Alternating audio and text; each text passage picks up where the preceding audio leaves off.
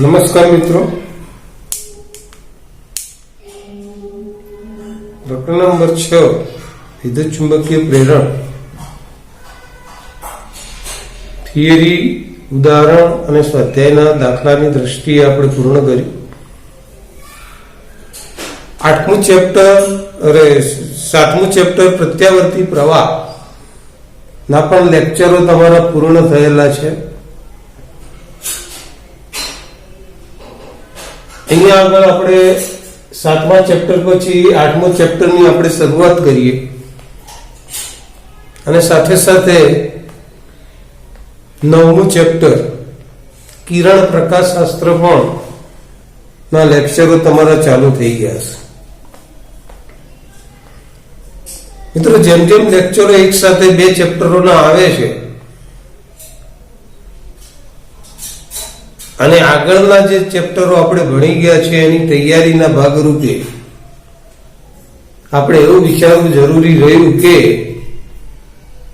એક સાથે 2 ચેપ્ટરના લેક્ચરો આવતા હોય અને આગળના ચેપ્ટરોની તૈયારી કરવાની હોય ત્યારે અભ્યાસમાં આપણે વધારેમાં વધારે સમય ફાળવવો જરૂરી છે. મેક્સિમમ સમય આપણે ફાળવવો જોઈએ, એની તૈયારી કરવી જોઈએ.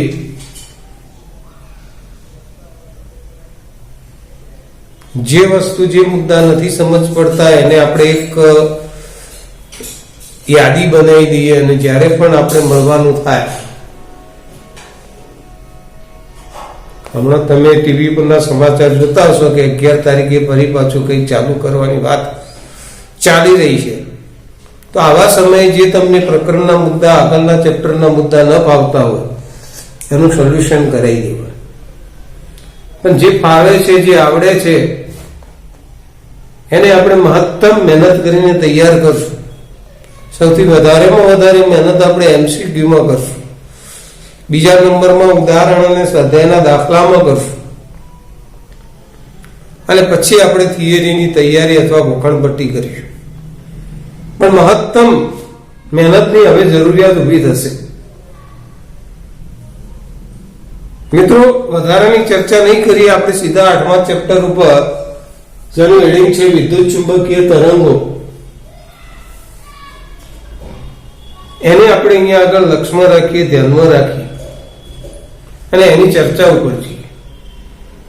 મિત્રો, આજનું જે લેક્ચર છે વિદ્યુત ચુંબકીય તરંગો, એ અહીંયા આગળથી જે પણ આપણે અહીંયા ભણાવશું એને ગોખણપટ્ટી કરવાની જરૂર નથી. આજના લેક્ચરની અંદર કોઈ પણ પ્રકારનો મોસ્ટ આઈએમપી પ્રશ્ન 2 ગુણનો કે 3 ગુણનો થિયરીની દ્રષ્ટિએ, મારી દ્રષ્ટિએ પૂછવા લાયક નથી રહેતો. એટલે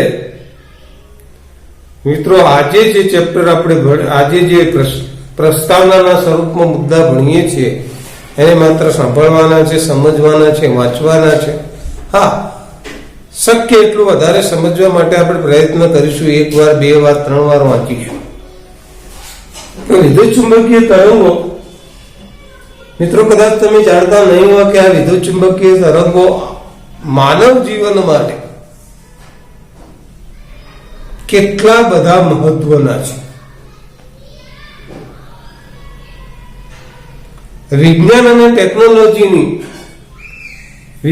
અને ટેકનોલોજીમાં જે વિકાસ થયો છે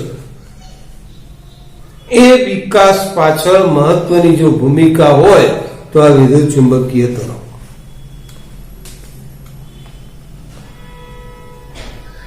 મિત્રો, આજે અમે કોરોના કાળ સમય દરમિયાન અમે લેક્ચરો, મોબાઈલ ઉપર લેક્ચરો મૂકીએ છીએ. અમારા લેક્ચરો YouTube ઉપર આવે છે. તમે YouTube ઉપર એ લેક્ચરોને જોવો છો, અભ્યાસ કરો છો. ઓનલાઈન જે અત્યારે ચાલી રહ્યું છે ઓનલાઈન ટીચિંગ, આ ઓનલાઈન ટીચિંગ પાછળ જવાબદાર, જો પાયાનો જવાબદાર હોય તો આ વિદ્યુત ચુંબકીય તરંગ છે. આ વિદ્યુત ચુંબકીય તરંગના કારણે અત્યારે આપણે ઓનલાઈન ટીચિંગ કરી રહ્યા છીએ.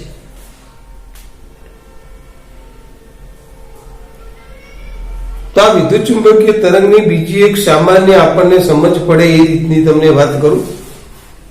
મિત્રો, જ્યારે આપણે સવારે ઉઠીએ અને સવારે ઉઠતા સીધો આપણે પૂર્વ દિશાની અંદર પૂર્વ દિશામાં જોઈએ તો જ્યારે સૂર્ય ઉગતો હોય તો એ દ્રશ્ય ખૂબ જ સુંદર દ્રશ્ય સૂર્યનું, એનો જે રંગ છે એના રંગનું સોનેરી અથવા પીળાશ પડતો કેસરી આપણને દેખાય છે. આથમતો સૂર્ય પણ આવો દેખાય છે, પીળાશ પડતો કેસરી અથવા સોનેરી. બગીચાની અંદર આપણે જ્યારે ફરતા હોઈએ ત્યારે વનસ્પતિના પર્ણ લીલા રંગના દેખાય છે. ફૂલ એના જે છોડ છે એના ઉપરના જે ફૂલ છે, જુદા જુદા રંગના ફૂલ આપણે એને નિહાળીએ છીએ. રંગબેરંગી પક્ષીઓ ઉડતા આપણે જોઈએ છીએ. મારો મિત્રો કહેવાનો ભાવાર્થ એ છે કે આપણે જુદા જુદા રંગોને પારખી શકીએ છીએ. આપણને જુદા જુદા રંગો દ્રશ્યમાન થાય છે. આ રંગ કાળો છે, આ રંગ સફેદ છે, આ કેસરી છે, આ લીલો છે.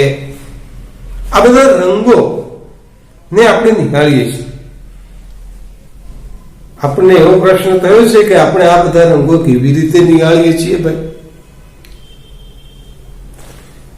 તો કદાચ આપણને એવું થતું હોય કે આપણી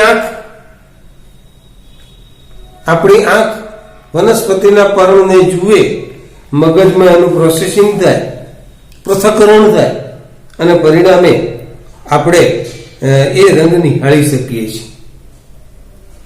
પણ મિત્રો, ખરેખર આપણી આંખ આ બધું કેવી રીતે નિહાળે છે અને મગજમાં પ્રોસેસિંગ થાય છે અને એ રંગ લીલા, વનસ્પતિના પર્ણનો રંગ લીલો છે એવી કેવી રીતે આપણને સમજણ પડે?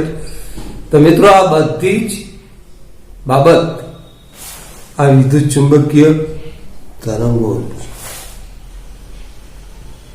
સવારે જ્યારે સૂર્ય ઉગે મિત્રો, તો સૂર્યની ઉપરથી આવતા બધા જે કિરણો છે પૃથ્વીની સપાટી પર આવેલા દરેક વસ્તુ ઉપર પડે.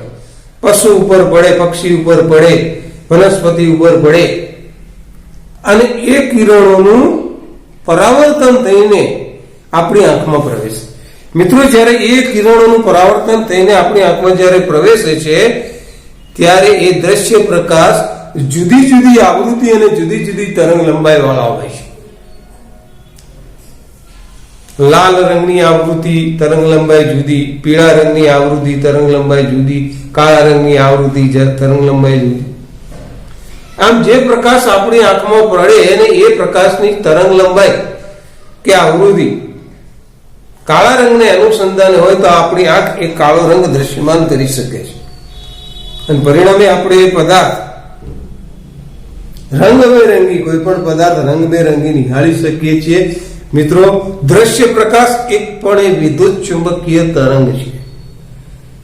એટલે આપણે જે રંગો દ્રશ્યમાન કરી શકીએ છીએ એ દ્રશ્ય પ્રકાશના વિદ્યુત ચુંબકીય તરંગની મદદથી આપણે આ રંગો જોઈ શકીએ.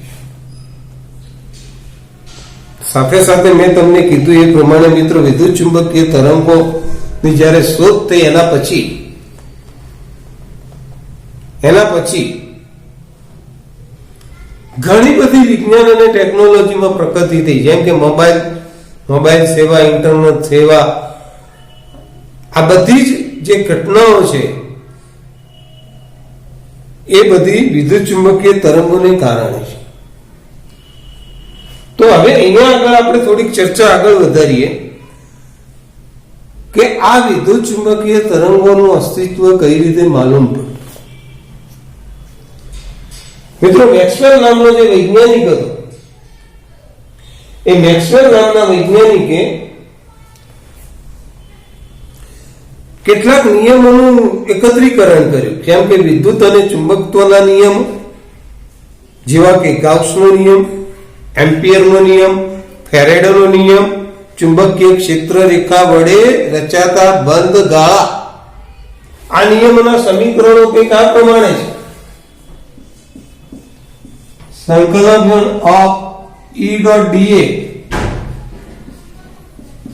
બરાબર સિગ્મા Q upon એપ્સિલોન 0. મિત્રો આ ગાઉસનો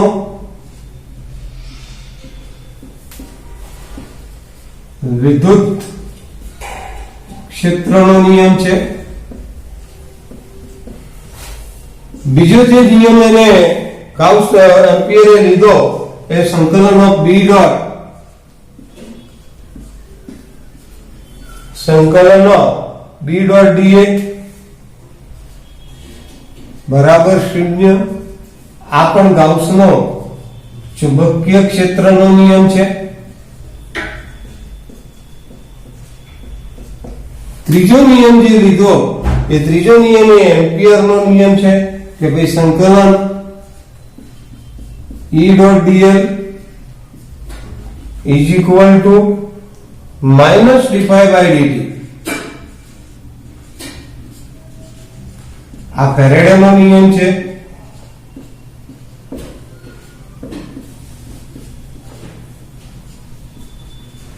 અને ચોથો જે નિયમ લીધો છે એ તમે આગળના ચેપ્ટરની અંદર ભણી ચૂક્યા છો કે સંકલન ઓફ B ડોટ dl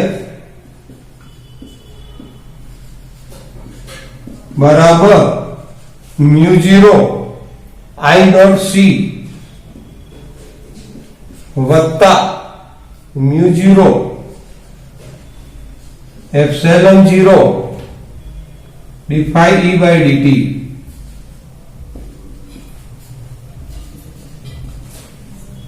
મિત્રો અહીંયા આગળ એક ખાલી જગ્યા આપણે મૂકીએ છીએ. તો મેક્સવેલ નામના વૈજ્ઞાનિકે આ જે નિયમ છે એમ્પિયરનો નિયમ છે.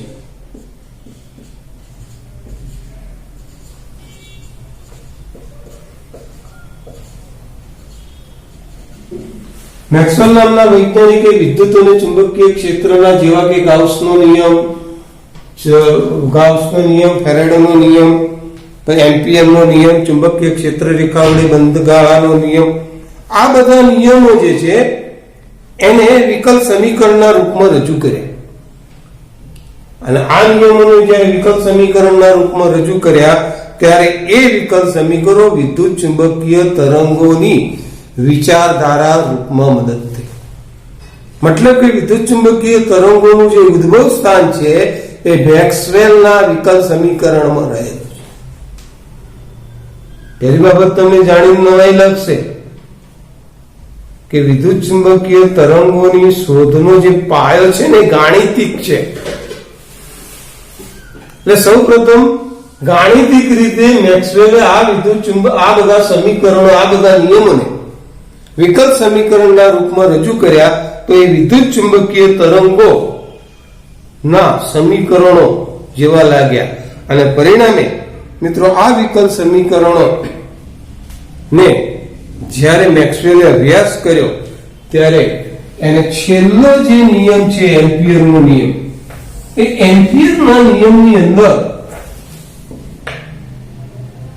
એને કંઈક ખૂટતું હોય એવું લાગ્યું. આજે મેં ખાલી જગ્યા દોરી છે એમાં કંઈક ખૂટે છે. અને એ જે ખૂટે છે એ મિત્રો એને અભ્યાસ કરીને શોધી કાઢ્યું કે એ સ્થાનાંતરિત પ્રવાહ, એ સ્થાનાંતરિત પ્રવાહના રૂપમાં એને ભૂલવું પડે. તો મિત્રો એમ્પિયરના નિયમમાં જે ખૂટતી રાશિ છે એ સ્થાનાંતરિત પ્રવાહ છે. છેલ્લે એવું પણ સાબિત થયું કે આ વિદ્યુત ચુંબકીય તરંગનો જે વેગ છે, શૂન્યાવકાશમાં વેગ, એ પ્રકાશના વેગ જેટલો જ છે એવું પણ સાબિત થયું. શૂન્યાવકાશમાં પ્રકાશનો વેગ કેટલો? તો કે 3×10⁸ મીટર પ્રતિ સેકન્ડ. તો વિદ્યુત ચુંબકીય તરંગનો વેગ પણ શૂન્યાવકાશમાં પ્રકાશના વેગ જેટલો, એટલે કે 3×10⁸ જેટલો માલુમ પડે. મિત્રો આ જાણવાની બાબત છે, આપણે આની અંદર કઈ ગોખવાની જરૂર નથી, સમજવાની. મિત્રો હવે એની આપણે ચર્ચા આગળ વધારીએ. આપણે જાણીએ છીએ પ્રકરણ નંબર 4 ની અંદર આપણે ભણી ગયા કે કોઈ વાહક તારમાં વિદ્યુત પ્રવાહ પસાર કરવામાં આવે તો એની આજુબાજુ ચુંબકીય ક્ષેત્ર ઉત્પન્ન થાય છે. બીજું પ્રકરણ નંબર 4 માં એમ પણ ભણ્યા કે બે પ્રવાહધારિત તારને એકબીજાની નજીક મૂકવામાં આવે તો બંને એકબીજા ઉપર બળ લગાડે છે. આવું પણ આપણે ભણ્યા. મિત્રો, હમણાં જ આપણે વિદ્યુત ચુંબકીય પ્રેરણ વાળું પ્રકરણ ભણ્યા. આ વિદ્યુત ચુંબકીય પ્રેરણ વાળું પ્રકરણ માં શું થતું હતું? તો આપણે ગમે તે રીતે ચુંબકીય ક્ષેત્રમાં ફેરફાર કરતા હતા. સમયની સાપેક્ષે ચુંબકીય ક્ષેત્રમાં એટલે કે ફ્લક્સમાં ફેરફાર કરતા હતા અને પરિણામે ચુંબકીય ક્ષેત્રમાં ફેરફાર કરીને આપણે એની અંદરથી પ્રેરિત પ્રવાહ ઉત્પન્ન કરતા. એટલે પ્રકરણ નંબર 6 માં આપણે એવું લીધું કે સમય સાથે બદલાતું જતું ચુંબકીય ક્ષેત્ર એ વિદ્યુત ક્ષેત્ર ઉત્પન્ન કરે છે. તો આનાથી ઉલટું એટલે કે સમય સાથે બદલાતું વિદ્યુત ક્ષેત્ર પણ ચુંબકીય ક્ષેત્ર ઉત્પન્ન કરે છે એવું મેક્સવેલ નામના વૈજ્ઞાનિકે તારણ કર્યું. ત્યાર પછી મિત્રો આપણે જાણીએ છીએ કે ફક્ત વિદ્યુત પ્રવાહ માત્ર જ નહીં પરંતુ સમય સાથે બદલાતું વિદ્યુત ક્ષેત્ર. આપણે જાણીએ છીએ વિદ્યુત પ્રવાહ તારમાં પસાર કરો તો ચુંબકીય ક્ષેત્ર ઉત્પન્ન થાય, તો સાચી વાત. પણ વિદ્યુત પ્રવાહની જગ્યાએ જો તમે વિદ્યુત ક્ષેત્રને ફેરફાર કરો તો પણ ચુંબકીય ક્ષેત્ર ઉત્પન્ન કરી શકાય. એમ્પિયરનો જે નિયમ છે, આપણે છેલ્લો નિયમ ભણ્યા કે એમ્પિયરના બંધ ગાળાનો જે નિયમ છે એ એમ્પિયરના બંધ ગાળાનો નિયમમાં બદલાતો જે વિદ્યુત પ્રવાહ છે એ વિદ્યુત પ્રવાહ ચુંબકીય ક્ષેત્ર ઉત્પન્ન કરે છે. ફેરફાર થતો વિદ્યુત પ્રવાહ ચુંબકીય ક્ષેત્ર ઉત્પન્ન કરે છે અને એના કારણે એની અંદર થોડીક સુધારણો કરવાની મેક્સવેલને જરૂર પડી કે વધારાનો પ્રવાહ કે બદલાતો જતો જે વિદ્યુત ક્ષેત્ર છે એ ચુંબકીય ક્ષેત્ર પણ ઉત્પન્ન કરે, સાથે સાથે એક પ્રવાહ પણ ઉમેરાય છે. અને આ જે પ્રવાહ છે એને મિત્રો આપણે સ્થાનાંતરિત પ્રવાહ કહીએ છીએ. એટલે એમ્પિયરના નિયમની અંદર આ પદ ખૂટે છે. મેક્સવેલના જે સમીકરણો છે એને કારણે વિદ્યુત ચુંબકીય તરંગોનું અસ્તિત્વ સ્થાપિત થયું. મિત્રો, સાથે સાથે મેં તમને કહ્યું એ પ્રમાણે વિદ્યુત ચુંબકીય તરંગોનો જે વેગ છે એટલે કે અવકાશમાં એનું જે પ્રસરણ છે એ શૂન્યાવકાશમાં પ્રકાશની ઝડપથી જ પ્રસરણ પામી શકે છે. મતલબ કે વિદ્યુત ચુંબકીય તરંગનો વેગ એ પ્રકાશના વેગ જેટલા જ વેગથી પ્રસરણ પામે છે. મિત્રો, મેક્સવેલે વિદ્યુત ચુંબકીય અને પ્રકાશ ત્રણે વિદ્યુત એક શાખા છે, ચુંબકીય શાખા છે, પ્રકાશ એટલે ઓપ્ટિક્સ પણ શાખા છે. મેક્સવેલે આ ત્રણ શાખાને ભેગા કરવાનું કામ કર્યું અને એના ઉપરથી એને વિદ્યુત ચુંબકીય તરંગો મેળવ્યા. પણ મિત્રો, આ તો વાત થઈ ગાણિતિક રીતે, સમીકરણોની રીતે. મેક્સવેલે આ બધા નિયમોને ભેગા કરીને એના વિકલ સમીકરણો લીધા અને એના ઉપરથી વિદ્યુત ચુંબકીય તરંગોનું અસ્તિત્વ માલુમ પડ્યું. પણ ભૌતિક વિજ્ઞાન ખાલી ગાણિતિક દ્રષ્ટિના પરિણામો ધ્યાનમાં રાખતું નથી.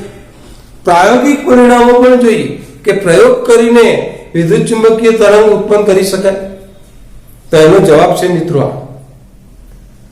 1885 માં સૌથી પ્રથમ હર્ટ્ઝ નામના વૈજ્ઞાનિકે લેબોરેટરીની અંદર પ્રયોગશાળા વિદ્યુત ચુંબકીય તરંગો ઉત્પન્ન કર્યા હતા. જો કે એ પ્રયોગનો અભ્યાસ આપણે કરવાનો નથી, પણ જો આપણે એ પ્રયોગનો અભ્યાસ કોઈને કરવા માંગતા હો તો એ પ્રયોગનો અભ્યાસ જે છે એ આપણી જૂની બુકની અંદર, એટલે કે પહેલા જે બુક હતી એ બુકમાં આપણે અર્જના પ્રયોગની ગોઠવણી કેવી હતી, કયા કયા સાધનોનો ઉપયોગ કર્યો હતો, કેવી રીતે એને પ્રયોગમાં વિદ્યુત ચુંબકીય તરંગો ઉત્પન્ન કર્યા હતા, એ જૂના બુકની અંદર આખો પ્રયોગ આપે છે. પણ એ ગોખવાનો નહીં, આપણે નહીં પૂછાય. એટલે હર્જ નામના વૈજ્ઞાનિકે પ્રયોગશાળાની અંદર આ રીતે વિદ્યુત ચુંબકીય તરંગો સૌપ્રથમ ઉત્પન્ન કર્યા અને આ વિદ્યુત ચુંબકીય તરંગોનું અવકાશમાં થોડાક અંતર સુધી પ્રસરણ પણ થયું. પણ એના પછી માર્કોની અને અન્યોએ ટેકનોલોજીનો ઉપયોગ કરીને આ વિદ્યુત ચુંબકીય તરંગોને લાંબા અંતર સુધી પ્રસરણ પામ્યા અને સંદેશા વ્યવહારમાં એનો ઉપયોગ કર્યો. મિત્રો, એટલા માટે સંદેશા વ્યવહારમાં અત્યારે ખૂબ જ ક્રાંતિ આવી છે. હાલ તમે જોઈ રહ્યા છો, કોરોના કાળની અંદર પણ આપણે ઘરે બેઠા અમે તમને ભણાવી શકીએ, તમે ઘરે બેઠા ભણી શકો છો. એ વિદ્યુત ચુંબકીય તરંગને આભારી છે. મિત્રો, આ વિદ્યુત ચુંબકીય તરંગની અંદર સ્થાનાંતરિત પ્રવાહની જરૂરિયાત મેક્સવેલે એની અંદર ઉમેર્યું. આ વિદ્યુત ચુંબકીય તરંગો જે છે એમાં ઘણા બધા પ્રકારના વિદ્યુત ચુંબકીય તરંગો છે જે આપણે ભણવાના છે.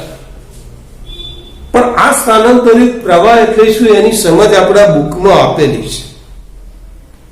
તો નોંધ લો, તમારી બુક તમારી જોડે હોય તો 8.2 જે મુદ્દો છે સ્થાનાંતરિત પ્રવાહ, સ્થાનાંતરિત પ્રવાહ 8.2 સ્થાનાંતરીય પ્રવાહ આ સાલ પૂરતો બોર્ડ દ્વારા એને કેન્સલ કરેલો છે, રદ કરેલો છે.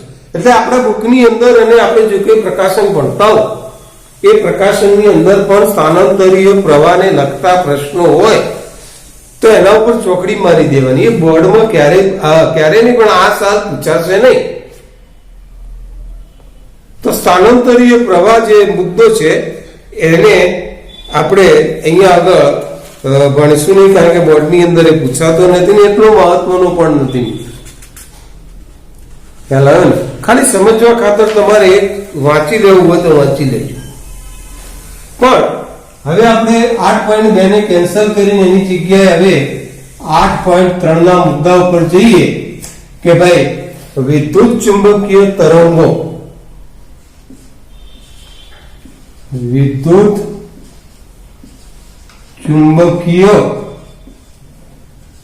તરંગો અને એમાં પહેલો મુદ્દો 8.3.1 અને એ મુદ્દો છે વિદ્યુત ચુંબકીય તરંગોનું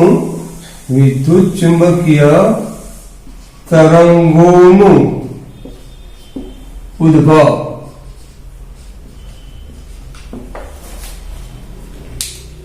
મિત્રો, 8.3 નો પહેલો મુદ્દાનો આપણે ચર્ચા કરી દઈએ. પરીક્ષાની દ્રષ્ટિએ આ પણ મુદ્દો એટલો મહત્વનો નથી, પરીક્ષામાં પૂછાયો દેખાતો નથી. એને આપણે સમજીશું, વાંચીશું અને વિચારીશું. બોર્ડની અંદર આ પ્રશ્ન કઈ એટલો મહત્વનો નથી. તો વિદ્યુત ચુંબકીય તરંગોનું ઉદ્ભવ સ્થાન, વિદ્યુત ચુંબકીય તરંગોના ઉદ્ભવ સ્થાન.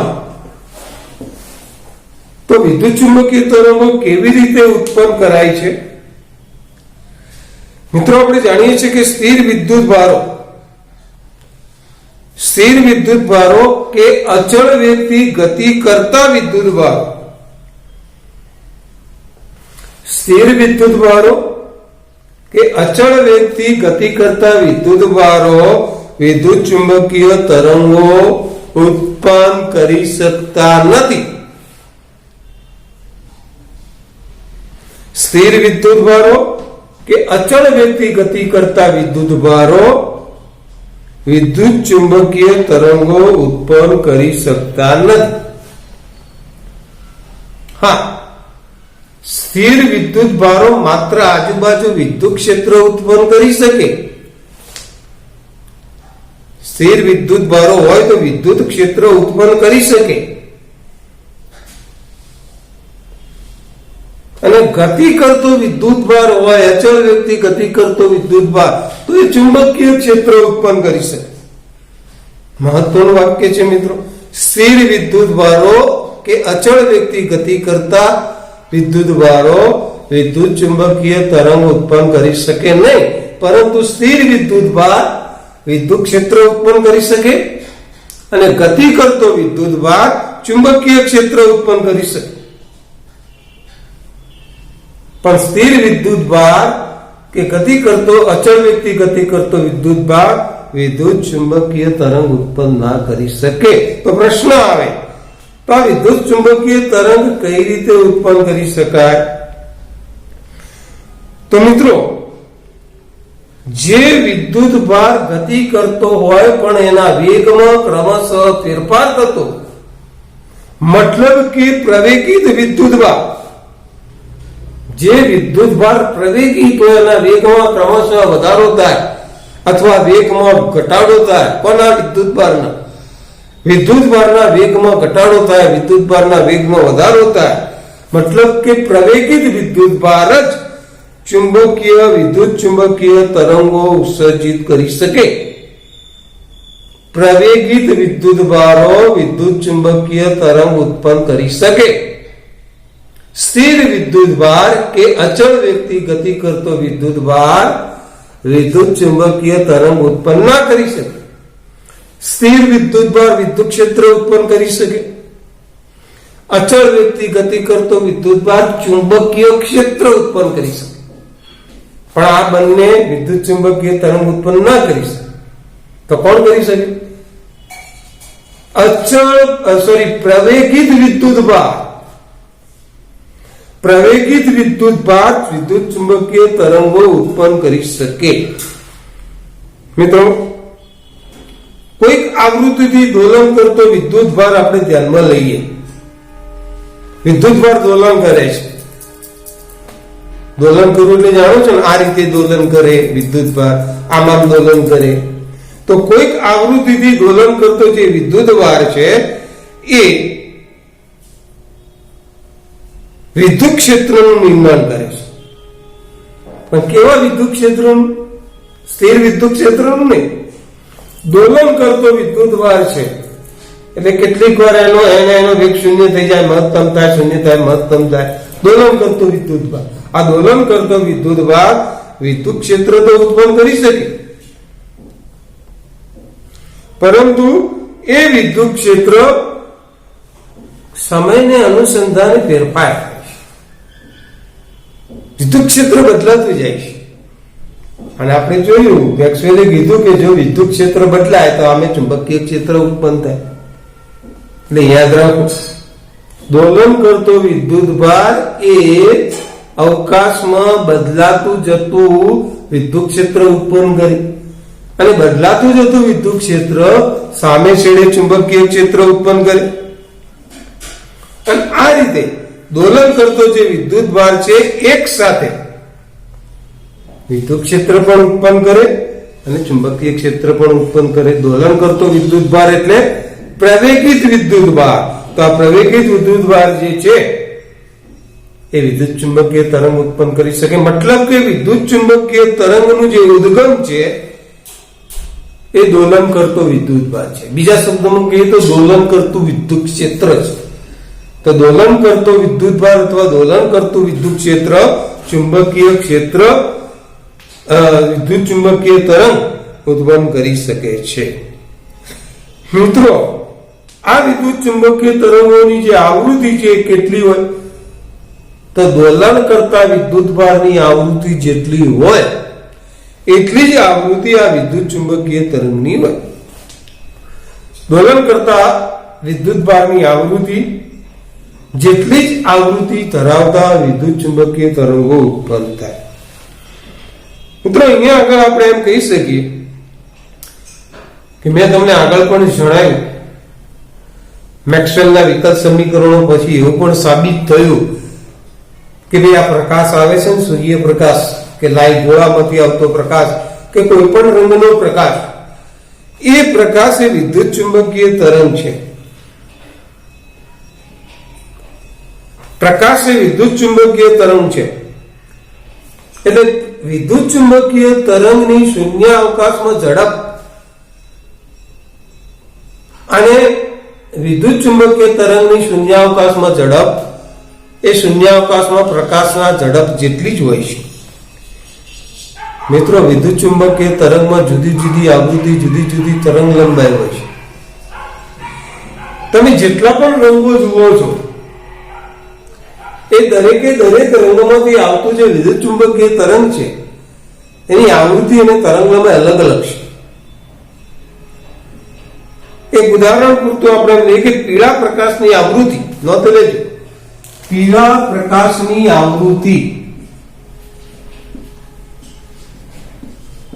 પીળા પ્રકાશની આવૃત્તિ 6×10⁻14 હર્ટ્ઝ છે. પીળા પ્રકાશની આવૃત્તિ. મિત્રો, આવૃત્તિ અને તરંગ લંબાઈ પરસ્પર એકબીજાના વ્યસ્તમાં છે. પીળા પ્રકાશની આવૃત્તિ 6×10⁻14 હર્ટ્ઝ છે. જ્યારે આપણે કોઈ ઇલેક્ટ્રોનિક્સ પરિપથ વડે આવૃત્તિ ઉત્પન્ન કરવા માત્ર ઇલેક્ટ્રોનિક્સ પરિપથ વડે 10⁻11 હર્ટ્ઝ જેટલી આવૃત્તિ ઉત્પન્ન કરી શકે. જ્યારે તમે કોઈ પીળો રંગ જુઓ તો પીળા રંગમાંથી આવતો પ્રકાશ આપણી આંખમાં પ્રવેશે તો પીળા રંગની જે આવૃત્તિ છે એ 6×10⁻14 હર્ટ્ઝ જેટલી હોય છે. મિત્રો, એટલા માટે વિદ્યુત ચુંબકીય તરંગની જે પ્રયોગશાળામાં ઉત્પન્ન થતો જે વિદ્યુત ચુંબકીય તરંગ જે હર્ટ્ઝ નામના વૈજ્ઞાનિકે શોધ્યો છે અથવા તો એને પ્રયોગશાળામાં ઉત્પન્ન કર્યો, એની જેમ નીચે આવૃત્તિ વાળા વિભાગોમાં કરવો પડે. એટલે કે એનો જે પ્રયોગ છે નીચે આવૃત્તિ વાળા વિભાગમાં કરવો પડે. મેક્સવેલ વાદ અનુસાર આ હર્ટ્ઝ નામના વૈજ્ઞાનિકે કરેલા પ્રયોગને કારણે વિદ્યુત ચુંબકીય તરંગોનું અસ્તિત્વ પ્રાયોગિક રીતે અને ગાણિતિક રીતે પ્રસ્થાપિત થયું. મિત્રો, યાદ રાખજો કે હર્ટ્ઝે જ્યારે આ પ્રયોગ કર્યો અને વિદ્યુત ચુંબકીય તરંગોનું ઉત્સર્જન કર્યું, એના બરાબર 7 વર્ષ પછી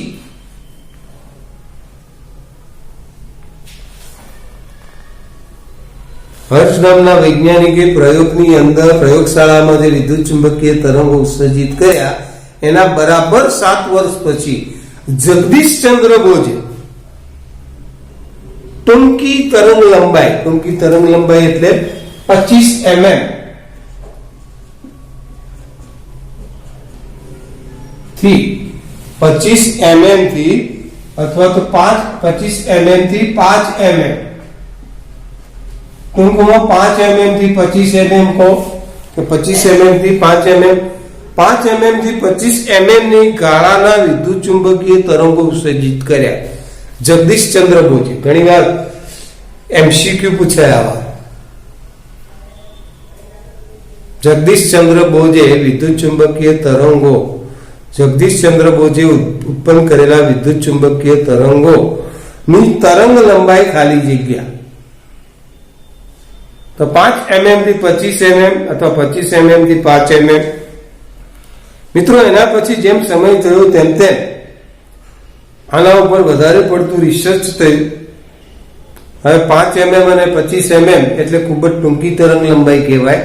પરંતુ ત્યાર પછી ઇટાલીમાં એક વૈજ્ઞાનિક હતો માર્કોલી, એ હર્ટ્ઝના પ્રયોગની અનુસરીને કેટલાક કિલોમીટર સુધી પ્રસરણ પામે, દૂર સુધી પ્રસરણ પામી શકે એવા વિદ્યુત ચુંબકીય તરંગોની શોધ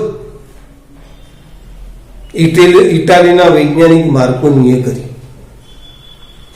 મિત્રો, તમને નવાઈ લાગશે કે આજે મેં તમારી સમક્ષ જે વિદ્યુત ચુંબકીય તરંગોના મુદ્દાની ચર્ચા કરી, પરીક્ષામાં, બોર્ડની પરીક્ષામાં લખવા લાયક આમાંથી કોઈ પણ પ્રશ્ન નથી. હા, પણ એની અંદર કોઈ એમસીક્યુ કાઢી શકાય, નાનો એમસીક્યુ કાઢી શકાય. કઈ સાલનું તમે પેપર જોશો ને તો થિયરીની અંદરથી એમસીક્યુ બનાવેલા છે. એવી રીતે આપણે પણ અહીંયા આગળ થિયરીમાંથી એમસીક્યુ બને એટલા માટે આપણે એને 1 કે 2 વાર વ્યવસ્થિત પેન્સિલ લઈને બેસવાનું, જેમાંથી એમસીક્યુ નીકળે એટલે આપણે અંડરલાઈન દોરવાની અને ધ્યાનથી વાંચવાનું. તો અહીંયા પ્રસ્તાવનાને આપણે 2 મુદ્દાની ચર્ચા કરી. બીજું જ્યારે લેક્ચર આવશે એમાં મોસ્ટ ઇમ્પોર્ટન્ટ પ્રશ્નની આપણે ચર્ચા કરીશું. આ ચેપ્ટર એટલું મોટું નથી એટલે મેક્સિમમ 2 કે 3 એના પ્રશ્નો એવા છે કે જે મહત્વના છે. એ હવે આવતા લેક્ચરની આપણે ચર્ચા